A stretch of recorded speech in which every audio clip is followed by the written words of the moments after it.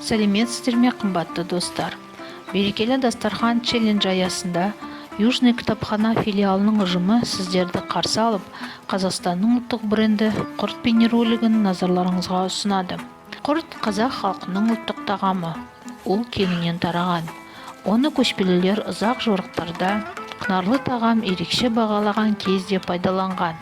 Құрт дайындау технологиясындағы ең бастысы температура тәртібі нақты сақтау. Оны дайындау үшін тек 2 ингредиент қажет: кез келген сүт және дәміне қарай тұз. Сүтті алдын ала дайындалған үлкен ыдысқа құю керек. Сұйықтықты қайнатамыз. Енді біз отты азайтып, сүттің булануын күтеміз. Жалпы көлемнің шамамен 1/3 бөлігі кетуі керек. Осылайша біз майлылықтың үлкен пайызына қол жеткіземіз. Енді сүт ашытылу керек.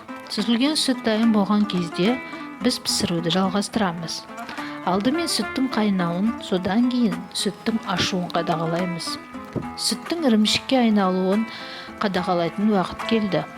Ол үшін қышқыл сүтті мата қапшығына құямыз.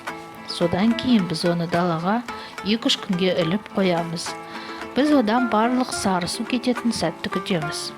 Сары су кеткеннен кейін сүзбе массасы жұмсақ ірімшікке ұқсайды. Оған дәміне қарай тұз қосу керек. Массаны аздап басу үшін бәрін қайтадан мата қапшығына саламыз. Әрі қарай біз сүзбе шарларын қалыптастырамыз.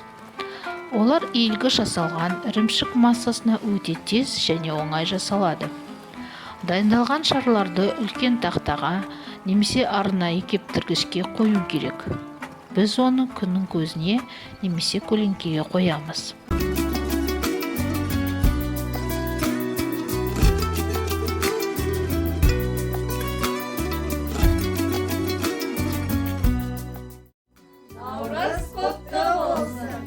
Челленджді строительный кітапхана филиалына жолдаймыз.